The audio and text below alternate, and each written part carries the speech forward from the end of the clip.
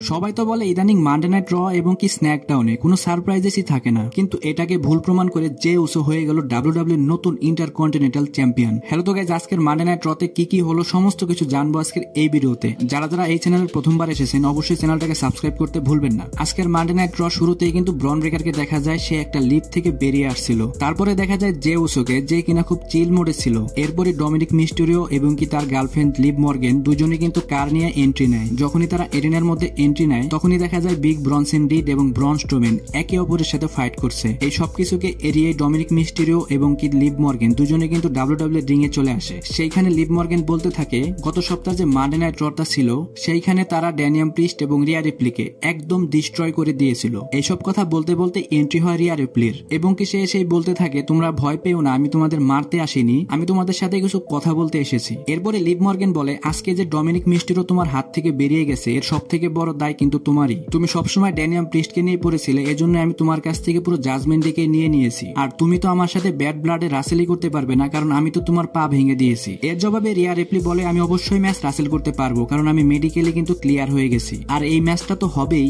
আর এই ম্যাচের মধ্যেই কিন্তু ডমিনিক মিস্টেরিওকে আটকে রাখা হবে। এই কথা যখনই রিয়া রিপ্লি বলে তখনই কিন্তু লিভ মর্গেন অনেকটা ভয় পেয়ে যায়, কারণ প্রত্যেকটা ম্যাচ জেতার পেছনে কিন্তু ডমিনিক মিস্টেরিও তাকে হেল্প করে। তারপরে রিয়া রিপ্লি সরি বলে এবং কি লিভ মর্গেনকে মারতে থাকে। সো গাইস, সামনের যে ব্যাড ব্লাড ইভেন্টটা হবে সেখানে কিন্তু রিয়া রিপ্লি এবং কি লিভ মর্গেনের একটা ডাব্লিউডাব্লিউই উইমেন চ্যাম্পিয়নশিপ ম্যাচ হবে। আর সব থেকে মজার বিষয় হলো এই ম্যাচের মধ্যে কিন্তু ডমিনিক মিস্টেরিওকে খাঁচার মধ্যে আটকে রাখা হবে। এই ম্যাচটি গাইজ অনেকটা ক্রেজি হতে চলেছে। আমি শুধু দেখতে চাচ্ছি যে যখনই তাকে খাঁচার মধ্যে আটকে রাখা হবে তখন তাকে দেখতে কেমন লাগবে। এরপরে সেমি জেন ভার্সেস লুডবি কাইজারের একটা 1-on-1 ম্যাচ থাকে। এই পুরো ম্যাচেই কিন্তু লুডবি কাইজারকে ডমিনেট করতে দেখা যায়। সেমি জেনও কিন্তু অনেক ভালো এই ম্যাচটা রাসেল করেছিল এবং লাস্টে কিন্তু সেমি জেনই এই ম্যাচটা জিতে যায়। সেমি জেন যখন এই ম্যাচটা জিতে যায় তারপরেই কিন্তু চলে আসে গুন্থার, এবং গুন্থার কোনো সাধারণ ভাবে আসে না, গুন্থার একদম রেসলিং করার ভাইব নিয়ে চলে আসে। সবাই তো মনে করেছিল হয়তো গুন্থারের সাথে সেমি জেনের হয়তো কোনো হাতাহাতিও হতে পারে, কিন্তু গুন্থার এখানে বলে এখন যে এই স্টেডিয়ামটা রয়েছে এখানে একদম পারফেক্ট সময় তোমার সাথে আমার যে ডাব্লিউডাব্লিউই ওয়ার্ল্ড হেভিওয়েট চ্যাম্পিয়নশিপ ম্যাচটা আছে সেটা হওয়ার জন্য,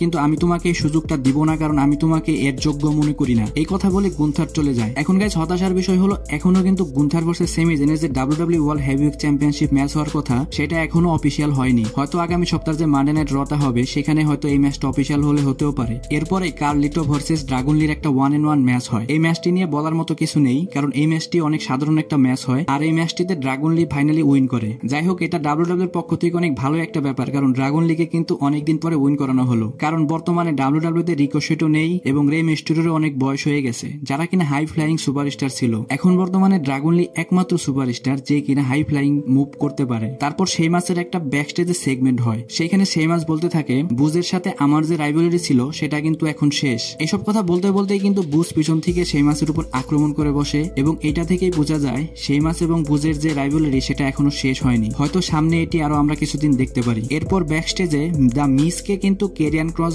অনেকটা পটানোর চেষ্টা করছিল। সেখানে ক্যারিয়ান ক্রস মিসকে বলতে থাকে তুমি অনেক গ্রেট রেসলার, একমাত্র আমিই পারি তোমাকে সেই গ্রেটনেসে পৌঁছে দিতে। এরপরে কিন্তু দা মিজের একটা ম্যাচ ছিল যেটা কিনা বিগ ব্রনসন রিডের সাথে, কিন্তু এই ম্যাচটি শুরু হওয়ার আগেই কিন্তু সেখানে ব্রন স্ট্রোম্যান আক্রমণ করে বসে এবং পুরো রিংটার মধ্যেই কিন্তু একটা যুদ্ধক্ষেত্র তৈরি হয়ে যায়, যেখানে কিনা দেখা যায় বিগ ব্রনসন রিড এবং ব্রন স্ট্রোম্যানকে আটকানোর জন্য কমপক্ষে 20 থেকে 30 জন সিকিউরিটি আসে এবং বিগ ব্রনসন রিড এবং ব্রন স্ট্রোম্যান একের পর এক সিকিউরিটিদের মারতে থাকে। এখন গাইজ রিপোর্ট অনুযায়ী আগামী সপ্তাহে যে মানডে নাইট রটা থাকবে সেখানে এই দুইজনের লাস্ট ম্যান স্ট্যান্ডিং ম্যাচ হওয়ার সম্ভাবনা রয়েছে। সো গাইজ এটাই হয়তো আগামী সপ্তাহে যে মানডে নাইট র হবে সেটার মেইন ইভেন্ট হতে পারে। নেক্সট ড্রু ম্যাকেন্টায়ার রিং এ আসে এবং বলতে থাকে সিএম পাঙ্ককে আমার সাথে হেল ইন দ্য সেল ম্যাচ করার জন্য তার ফ্যামিলি থেকে না করছে, কিন্তু সত্যি কথা বলতে আমার ফ্যামিলি থেকেও আমাকে না করছে জানি আমি সিএম পাঙ্কের সাথে যে হেল ইন দ্য সেল ম্যাচ হবে সেটা না ফাইট করি, কিন্তু আমি আমার ফ্যামিলির কথা শুনবো না। আমি সিএম পাঙ্কের সাথে লাস্ট একটা ফাইট করব যেখানে কিনা আমি সিএম পাঙ্ককে একদম শেষ করে দেব। মজার বিষয় হলো আজকে কিন্তু সিএম পাঙ্ককে অ্যাডভার্টাইজ করা হওয়ার পরেও